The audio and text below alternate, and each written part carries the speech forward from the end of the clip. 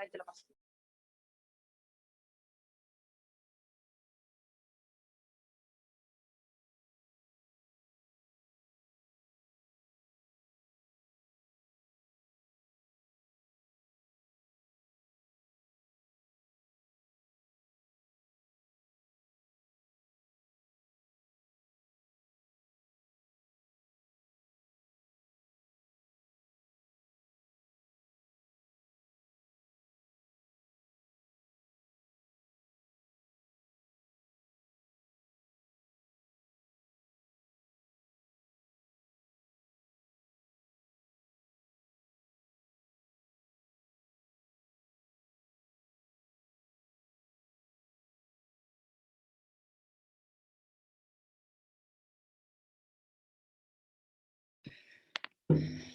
Hola chicos, ¿cómo andan? Buenas tardes. ¿Cómo andan? Hola, buenas tardes. ¿Todo bien? No sé quién quedó ahí de la facultad.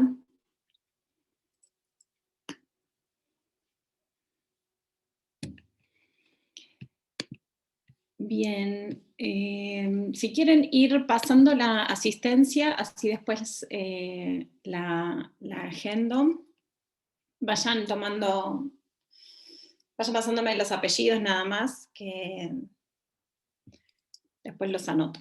Bien, nos quedaron 3 artículos que vamos a ver en esta clase, muy breve, ya están próximos al examen, así que con eso ya finalizaríamos la primera parte, para después empezar con los delitos contra la administración pública. Entiendo que ya habían visto algo con el doctor Montenegro, así que bueno, vamos a hacer alguna revisión y vamos a ir ya para la segunda parte, viendo los tipos penales más relevantes que tienen que ver, ¿no?, con la corrupción en la administración de justicia, en la administración pública, ¿no?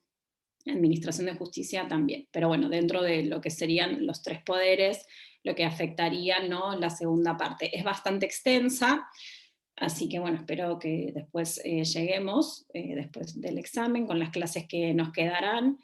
Y bueno, ahora continuamos y ya para finalizar esta bolilla, nos quedaba ver el artículo, habíamos visto todo lo que son delitos de lesiones, así que vamos a empezar con el artículo 106, 107 y 108, que son tipos omisivos, que bueno, para recordar un poco lo que son los tipos omisivos, vamos a decir, ¿no?, que los tipos omisivos son siempre circunstanciados, están determinados en la norma, y bueno, tenemos tipos omisivos propios y tipos omisivos impropios, que ahora los vamos a ver justamente con estas 2 normativas, la del 106 y la del 108, y en el tipo omisivo propio, justamente, lo que vamos a hacer una breve introducción ahora, en donde se habilita, ¿no? El 108 es el tipo omisivo propio, en donde justamente se habilita la calidad del sujeto activo cuando la persona se encuentre dentro de determinadas circunstancias. Entonces, en ese supuesto, el derecho lo obliga a actuar de una determinada manera. Ese es el tipo omisivo propio. Y los tipos omisivos impropios son aquellos en los cuales también son circunstanciados, pero en los cuales vamos a recordar que el sujeto activo va a estar en una posición de garante respecto de la protección de ese bien jurídico, sea salud, sea la vida. Así que bueno, ahora vamos a ir repasando esos conceptos. Les voy a compartir este Power. Denme un segundo. Así que todo bien, los temas los comprendieron bien, ¿cómo van? ¿Cómo van con los otros puntos, no? Bien, más o menos. Cara de bien por ahora. Bueno, espero que puedan estudien para el examen, y bueno, cualquier cosa estamos a disposición, ¿no?, los profesores, para cualquier consulta, ¿no? Les voy a compartir esta. Denme un segundo.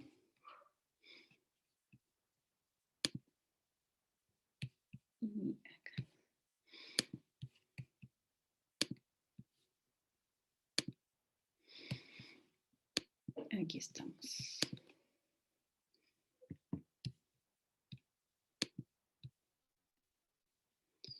Muy bien. Entonces, estábamos hablando de... Ay, a ver, denme un segundo, paren que aquí no puedo. Un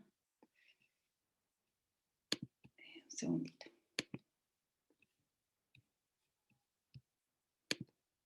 Vamos a hablar del delito de abandono de personas. No sé si alguien quiere ir leyendo esta norma.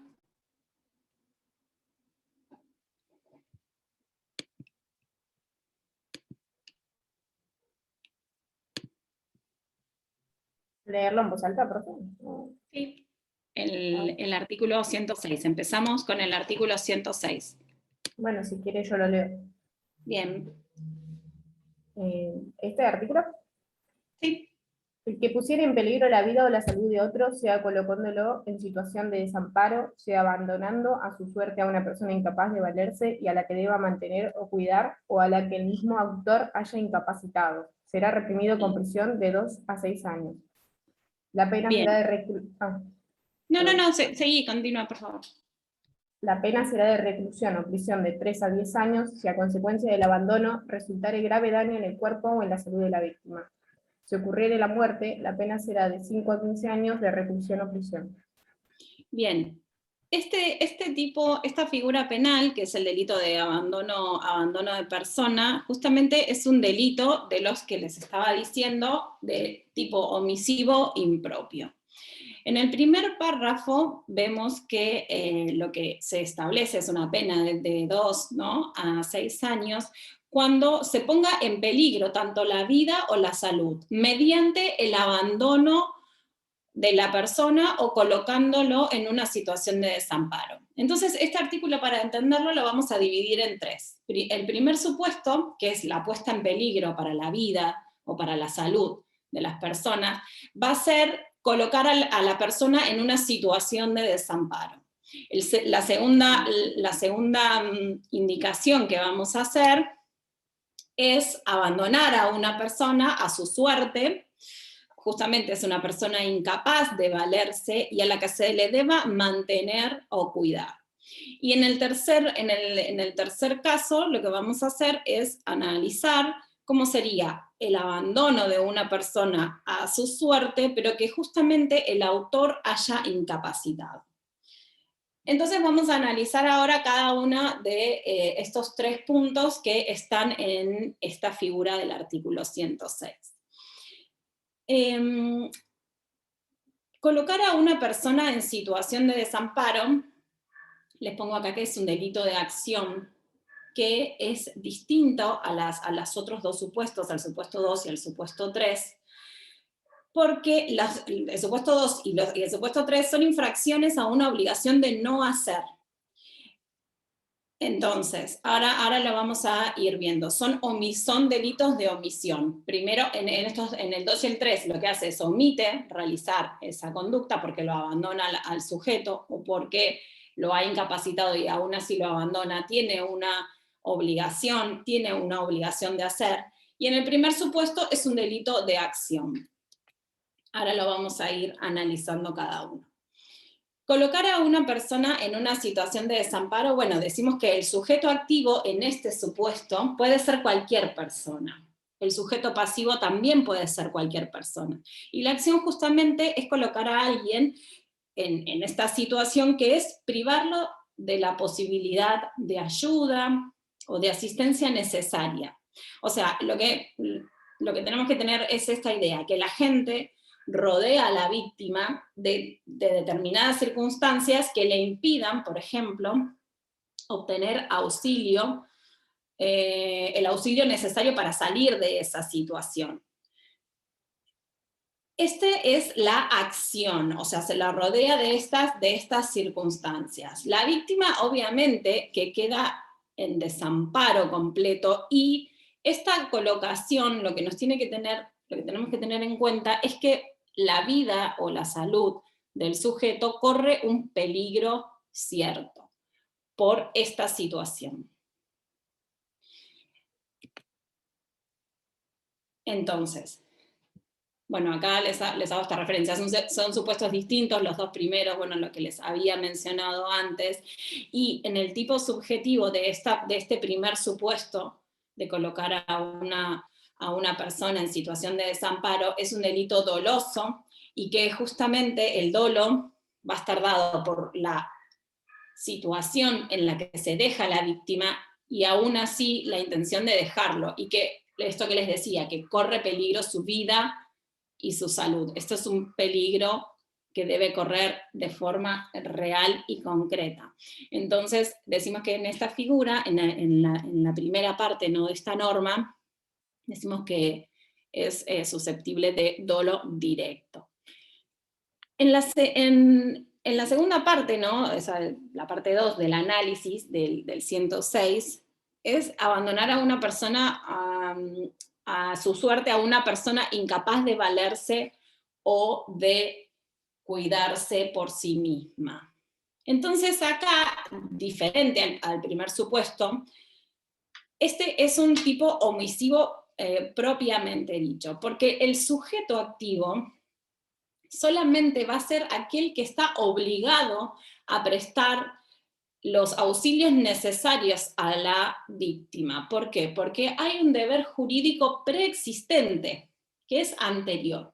Y estos deberes jurídicos preexistentes, que se llaman justamente la posición de garante, solamente lo tienen determinadas personas de protección de esos bienes jurídicos.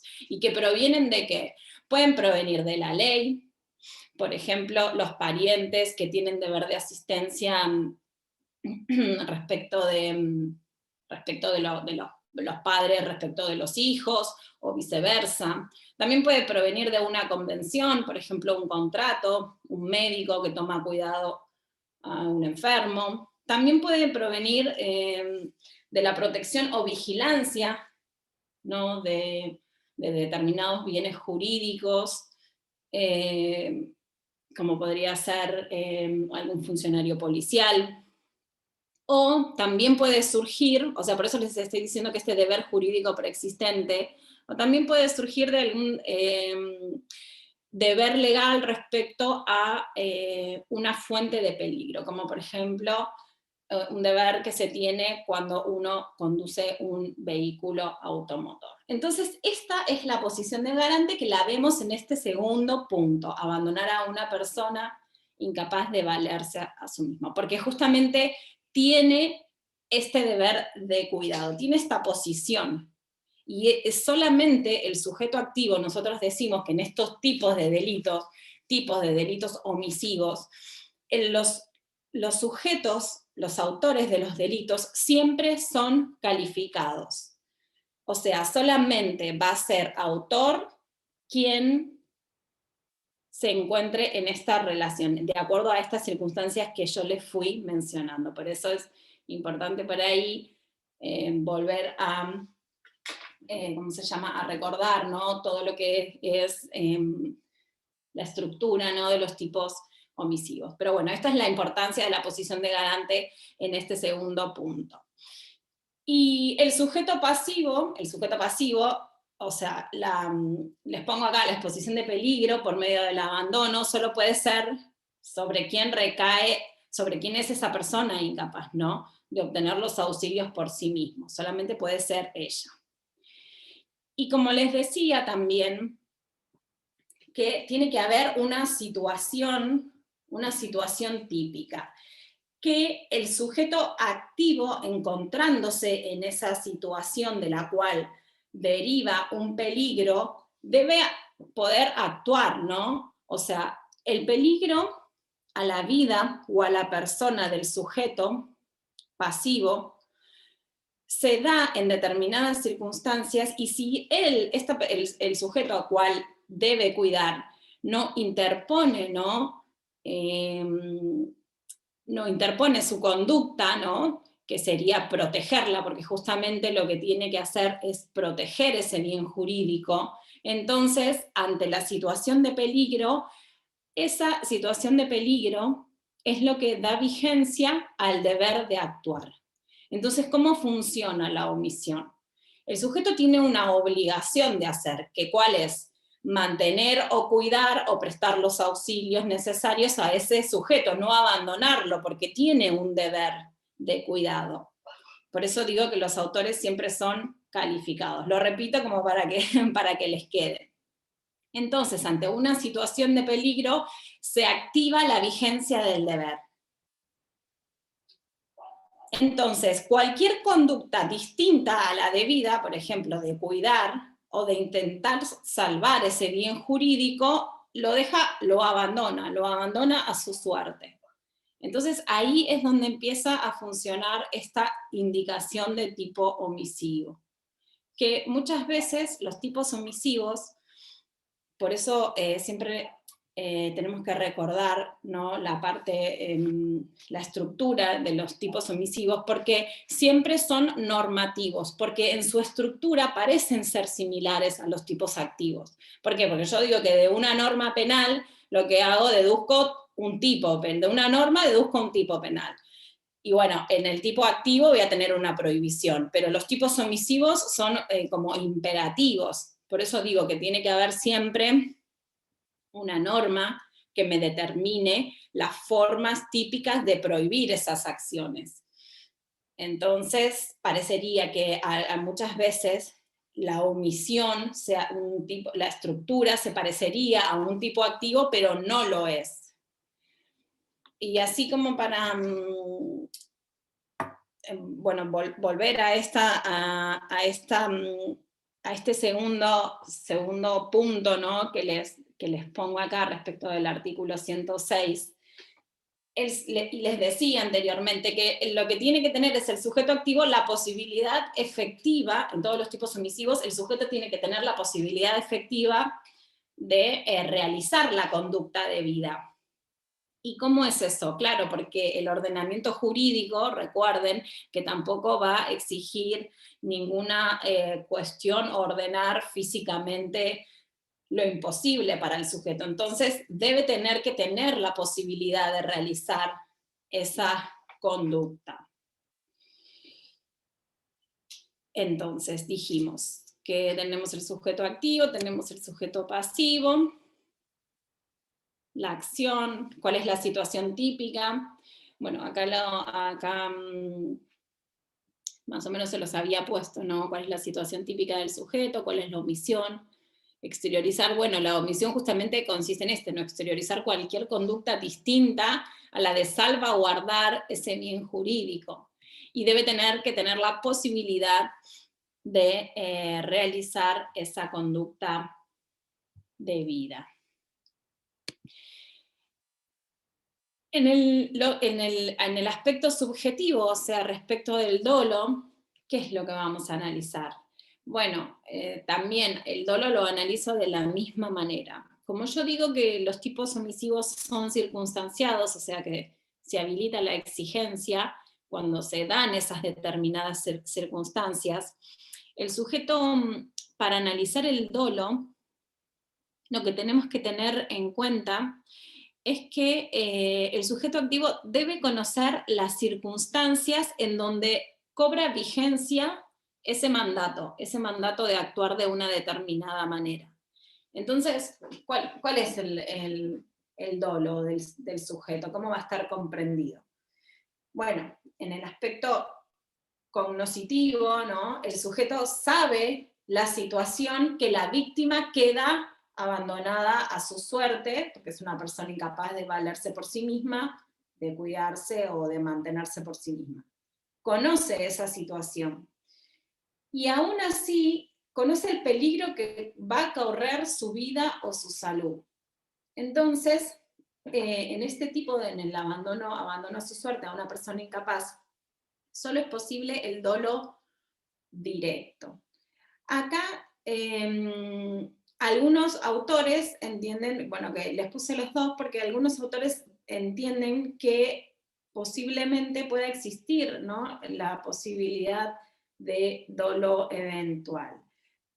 Pero, bueno, no es, esto está bastante discutido.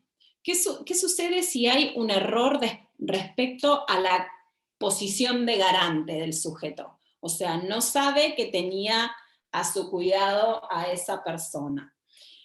El error, o sea, desconoce las características que se le exige como sujeto activo, ¿no?, que tiene tiene que resguardar ese bien jurídico, salud o vida. Entonces, si hay un error respecto de esto, sería un error de tipo, y el error de tipo lo que hace es elimina el dolo. Entonces, bueno, esa conducta no podría serle reprochada, ¿no?, en estas circunstancias. Bien. Vamos, o sea, hasta acá se entendió porque yo por ahí estoy hablando como demasiado rápido y se entendió hasta acá las dos formas, ¿no?, de tipo omisivo.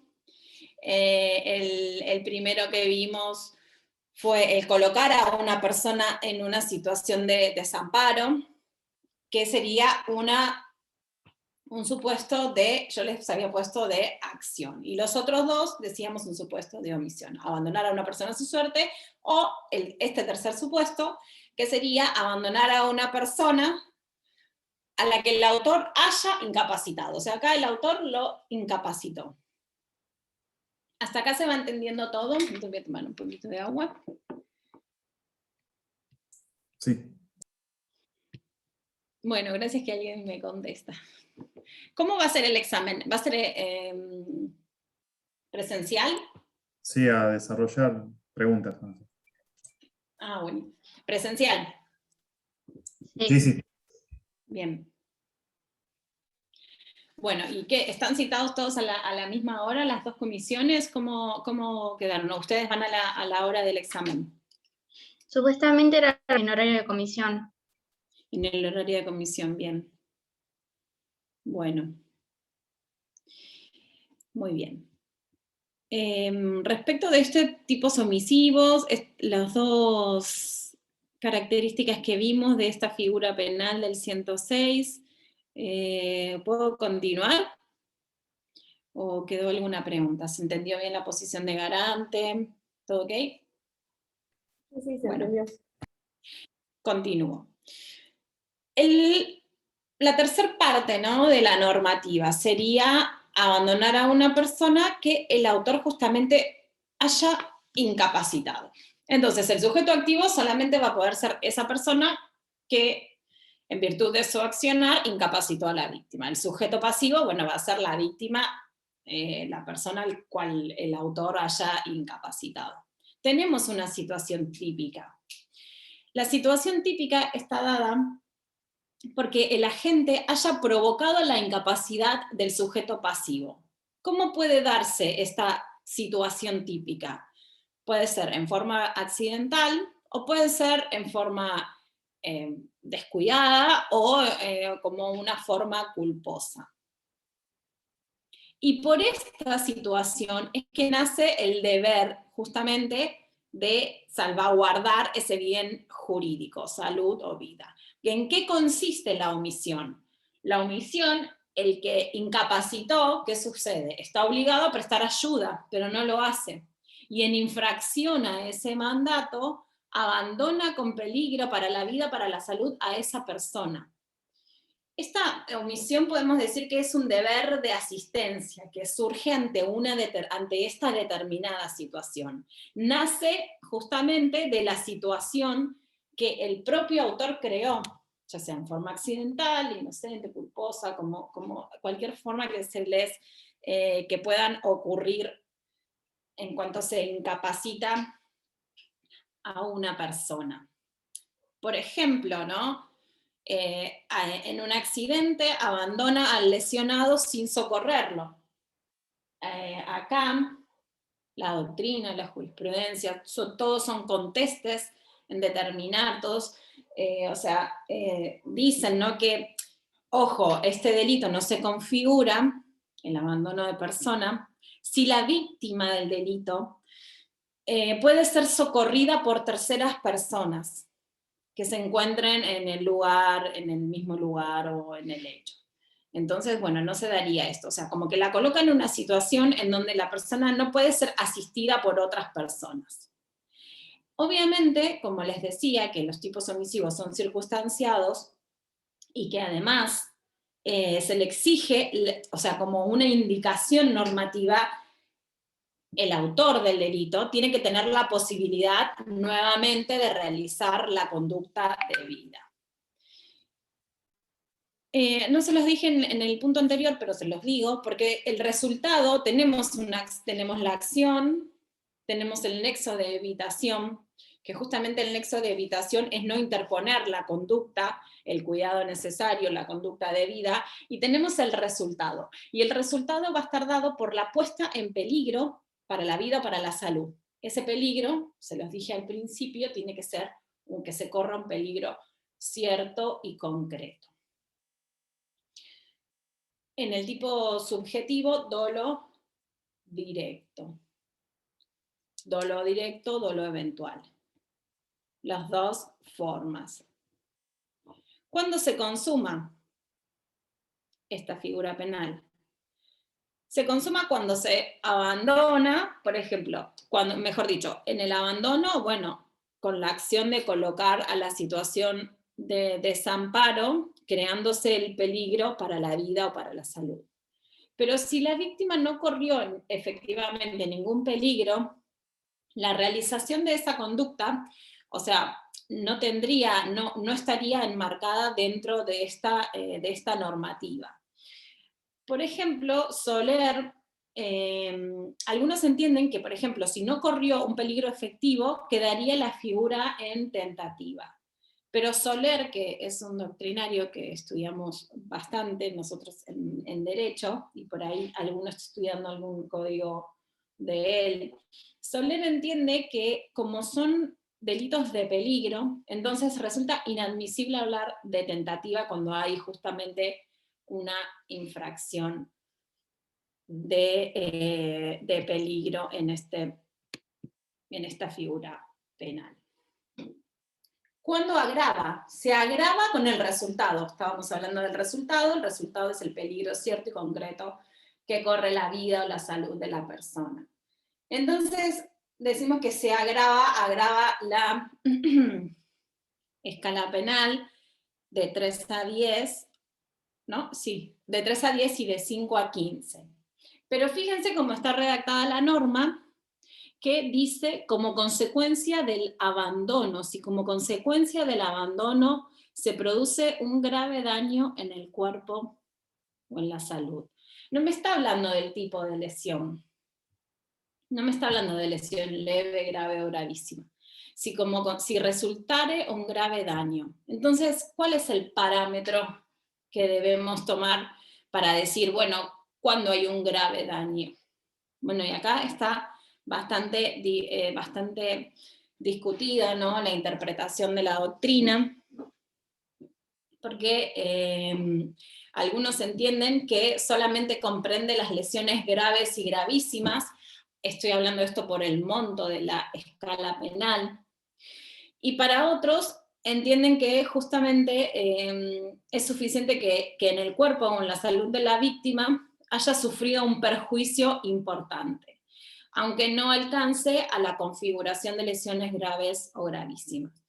Recordemos, y una tercera postura, por ejemplo, mejor dicho, decía que solamente comprenden las lesiones gravísimas. La escala penal, por análisis armónico, ¿no?, de las figuras penales, porque la lesión grave tiene una pena de 1 a 6.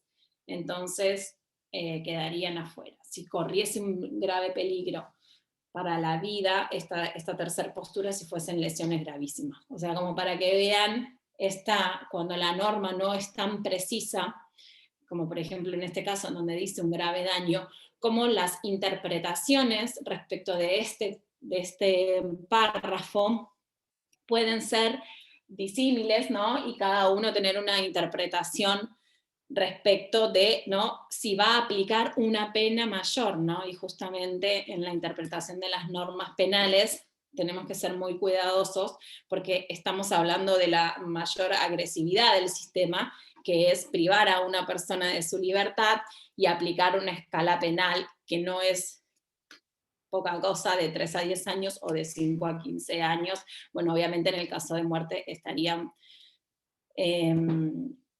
justificado, pero me refería en el caso de el grave daño en el cuerpo o en la salud. Entonces, para tener en cuenta qué es lo que tenemos que saber respecto de la aplicación de las gravantes. Cuando hablábamos de la relación de causalidad, yo les decía que tenemos la acción, no tenemos el nexo de causación como en los tipos activos. Tenemos el nexo de evitación. Entonces, ¿cómo determinamos? Decimos que ya sea para esta causalidad debe ser debe tener una relación inmediata y directa para poner en peligro la vida o la salud de la persona. Y, por ejemplo, no se agravaría el delito si la puesta en peligro, o sea, se ve en peligro la salud de la persona por alguna circunstancia que fuese anterior de la persona, porque tenía alguna otra patología, por ejemplo, y que no fuese inmediata o directa de haberlo colocado en esa situación de desamparo.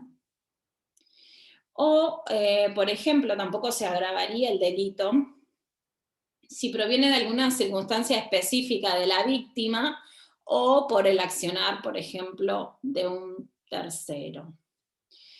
Entonces, vamos a ver si me queda algo más aquí respecto de esto. Bueno, ¿cuáles son? Les pongo, ahora yo al final de este Power le puse unos 3 ejemplos, los vamos a ver, como para que les vaya aclarando un poco todas estas cuestiones técnicas, normativas técnicas, y que les fui explicando, por si queda alguna duda. El artículo 107, que es el que vamos a continuar viendo ahora, lo que hace es aumentar el máximo y el mínimo de las penas establecidas en los artículos anteriores, cuando los delitos fueran cometidos por los padres contra los hijos, y por estos contra aquellos, o por el cónyuge. Entonces, bueno, esto es una agravación en relación a el vínculo. Y en este supuesto, para aplicar esta agravante, el sujeto tiene que tener conocimiento del vínculo que lo está uniendo con el padre, porque si hay un error respecto a la existencia del vínculo, entonces no se puede aplicar la agravante y se aplicaría la figura básica, ¿no? La figura básica del 106. Por ejemplo, no sé, una madre, un hijo que abandona a su progenitora, que vive sola, que no tiene medios no tiene luz, no tiene gas, está gravemente enferma, a quien no cuida, no asista, es la única persona a la cual esta señora tiene para mantenerse. Esa relación paterno-filial como fuente de posición de garante, justamente lo que trae consigo es esta obligación de los hijos respecto de los padres incapaces que no puedan valerse por sí mismos, y esto es la consecuencia, ¿no?, que justamente describe el artículo 106 y que podría ser como una figura agravada, ¿no?, en el sentido del artículo 107. Bien, bueno, hasta ahí terminamos con el tipo omisivo impropio. Tipos omisivos impropios, el 106, la figura agravada del 107. Ahora vamos al tipo omisivo propio.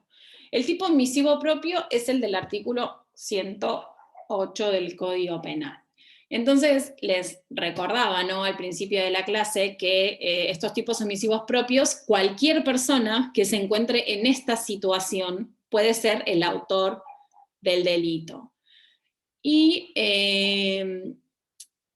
también son excepcionales, ¿no? O justamente son tipos penales excepcionales. Y fíjense cómo el sistema jurídico le va a decir que a la persona que se encuentra en esta situación, cómo tiene que actuar.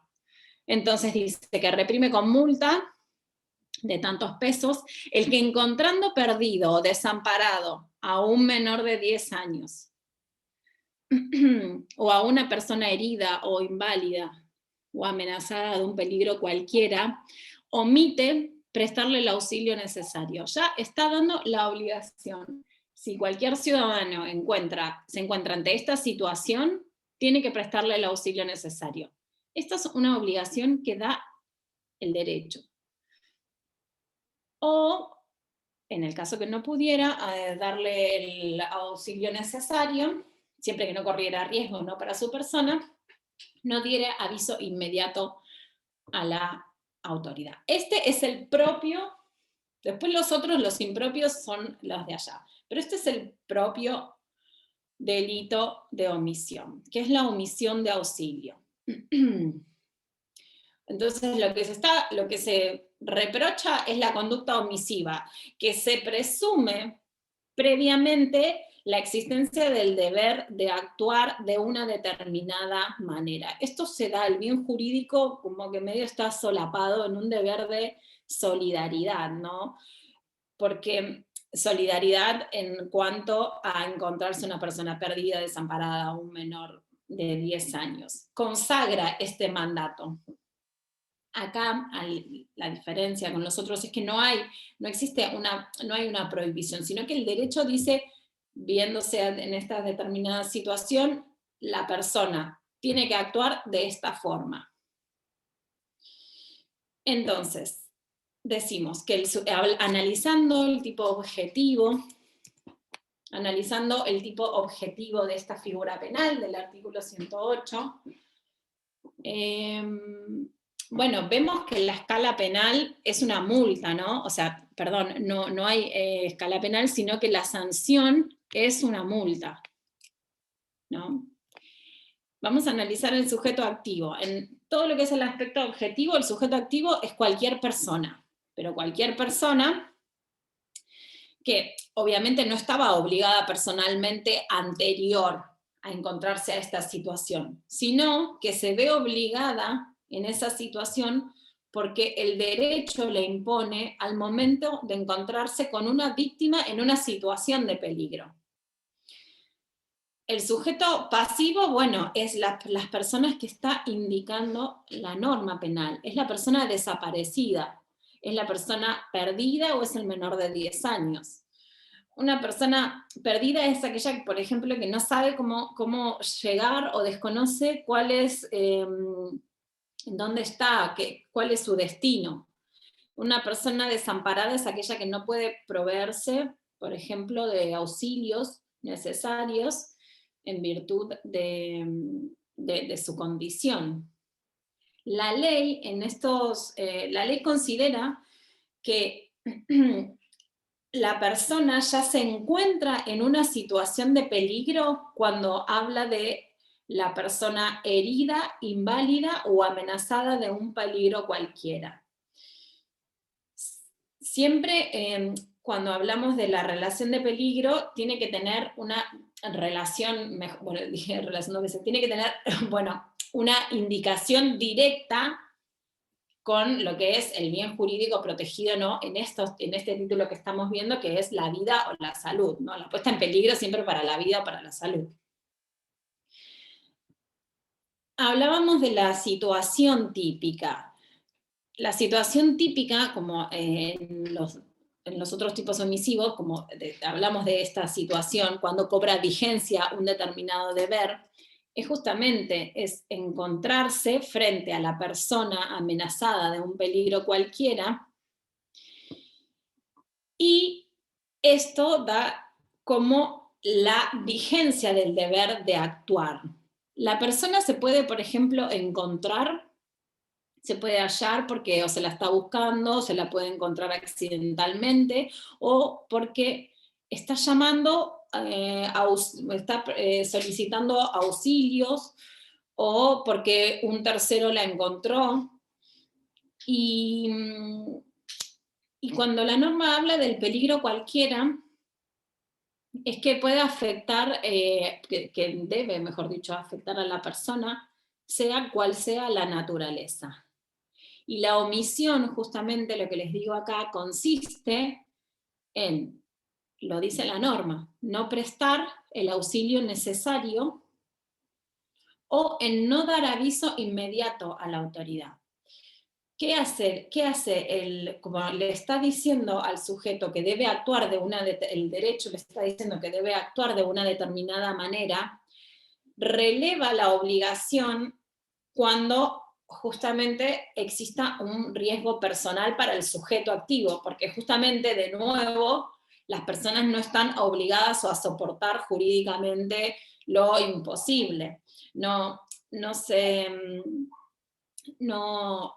premian conductas heroicas, sino que debe tener la posibilidad justamente de poder prestar ese auxilio. Pero aún así, aunque no pueda darle el auxilio necesario, fíjense como dice al final de la norma, debe dar aviso inmediato a las autoridades. O sea que no hay forma de, ante una situación de estas indicadas, menor, persona desaparecida, persona desamparada, menor de 10 años, no hay forma de dejarla en esa situación de peligro, porque sí o sí dice que debe dar aviso inmediato a la autoridad. Entonces, con eso ya se estaría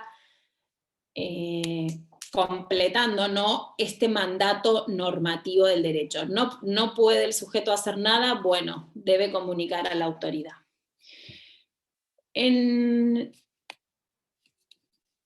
Bueno, no les puse acá, pero el dolo está compuesto por el conocimiento de la situación de la víctima en la que se encuentra, y aún así no prestarle el auxilio necesario, a pesar de no correr riesgo personal para para el sujeto que se encuentra ante esta situación.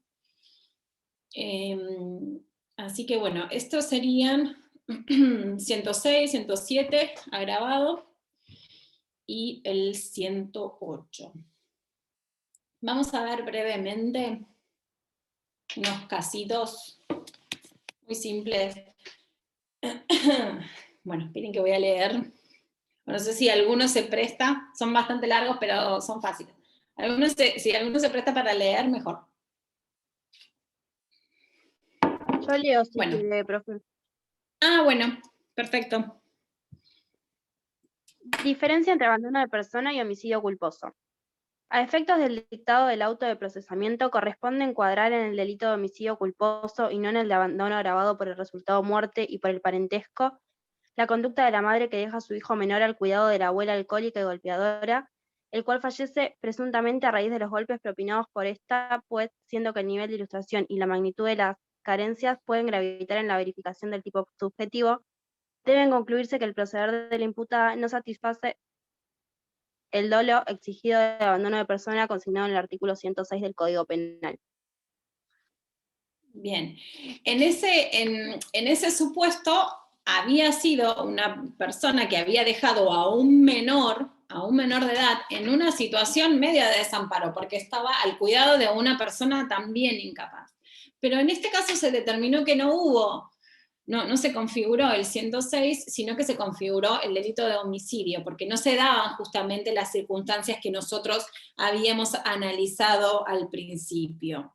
Distinto hubiese sido si, por ejemplo, si ese menor, ¿no?, hubiese estado a la guarda de la madre, ¿no?, y la madre, aún advirtiendo que el niño, no sé, padecía infecciones o tenía algún traumatismo de cráneo por una caída accidental, y que, por ejemplo, le causa la muerte, entonces ahí sí podría haber cambiado esa carátula, ¿no? Y se crea esa situación de peligro porque estamos hablando de un menor, y en ese caso sí podría haberse cambiado, ¿no?, la calificación en el caso de que la madre o alguno de los padres no haya prestado la asistencia necesaria a un menor de edad.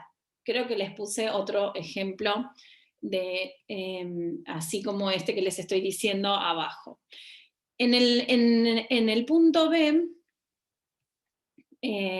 puse un caso en donde se absolvieron a los responsables de un gimnasio en el cual un socio con problemas cardíacos previos falleció practicando ejercicios, pues no existió relación causal, eso es lo que yo les decía, entre el fallecimiento de la víctima y la omisión de los controles médicos.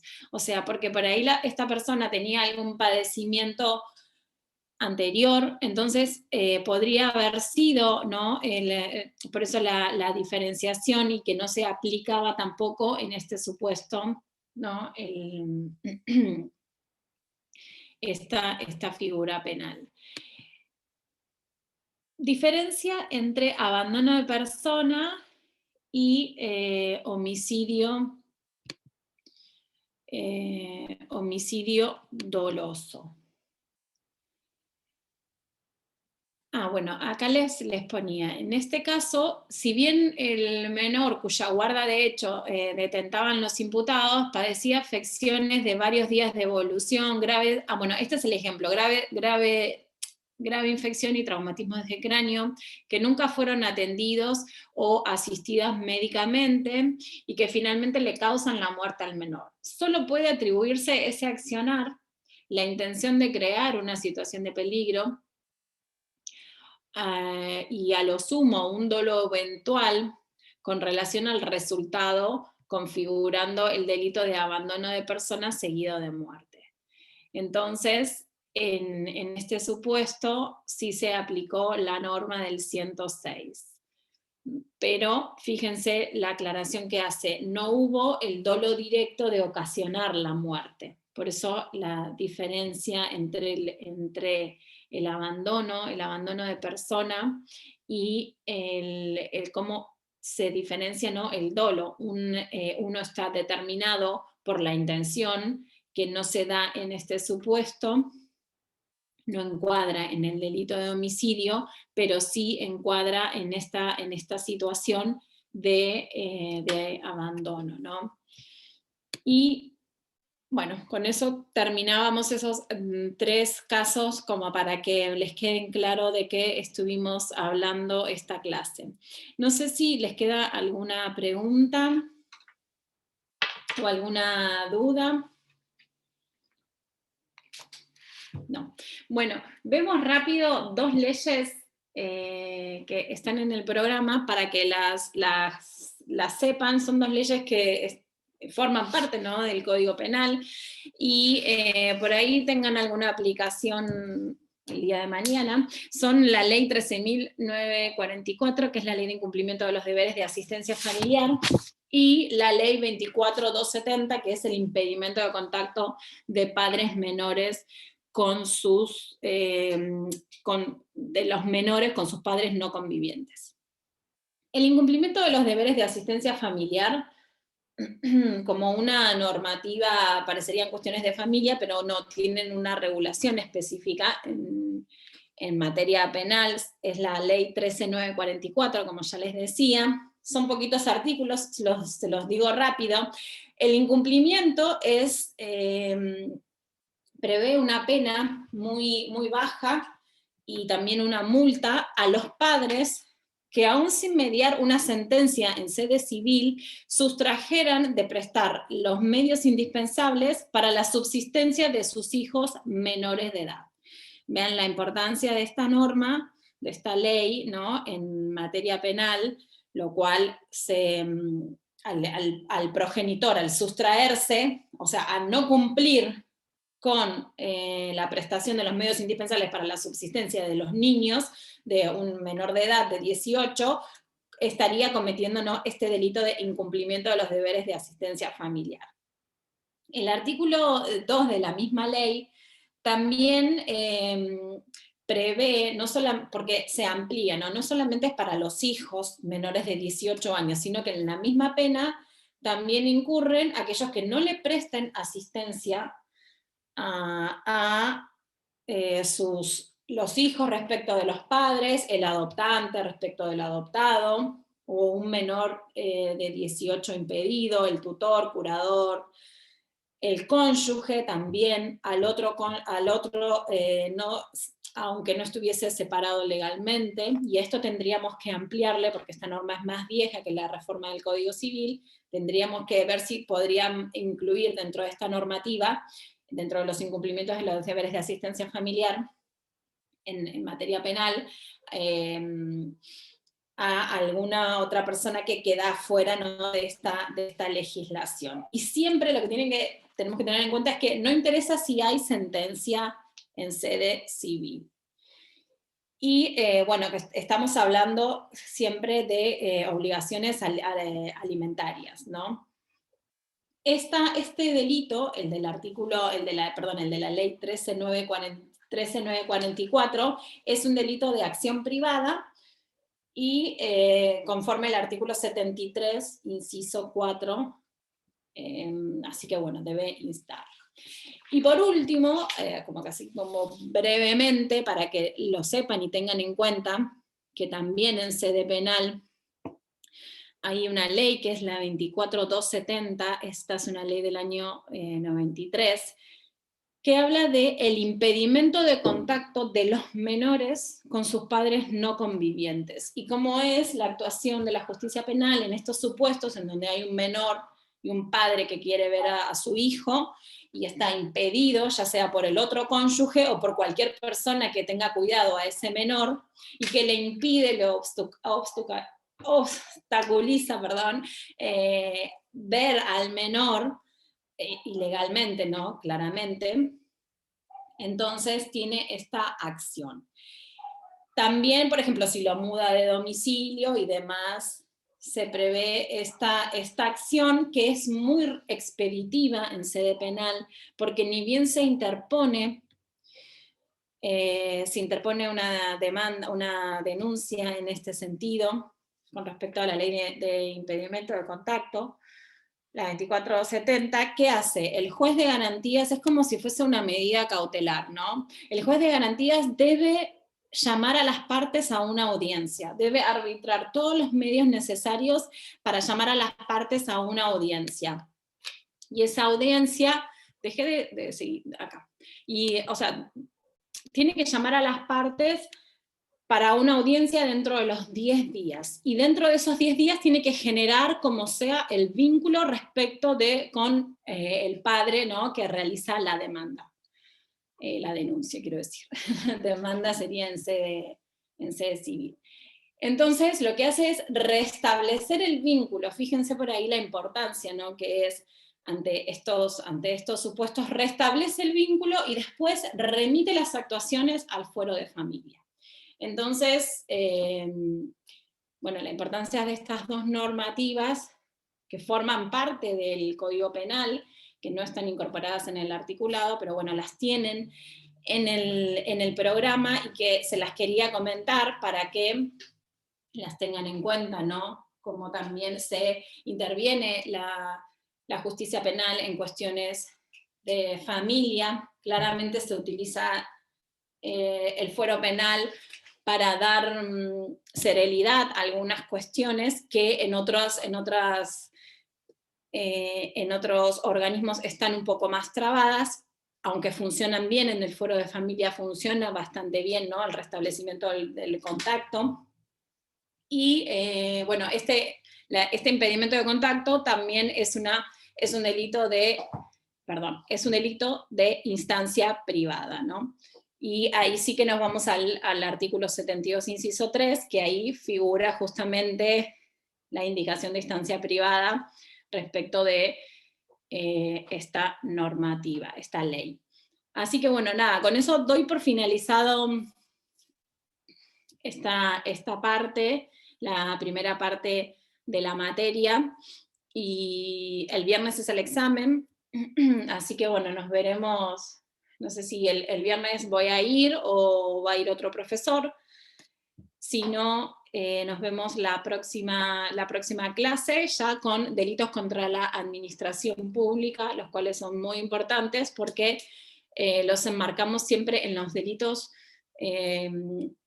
generalmente de corrupción, ¿no?, de los funcionarios públicos en el ejercicio de la función, lo cual es muy importante para que tengan un conocimiento respecto de estas normas penales, cómo se aplican, cuál es la dificultad también, ¿no?, para la aplicación de ellas.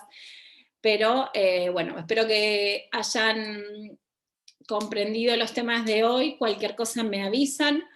No sé, no me acuerdo si les pasé el PowerPoint de las lesiones. ¿Lo tenían en el campus?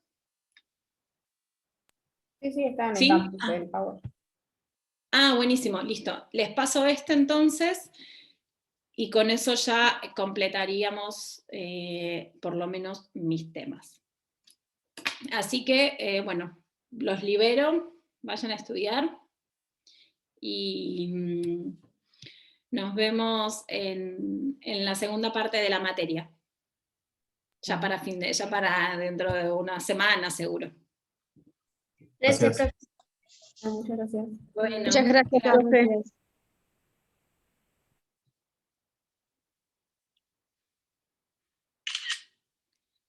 voy a hacer así.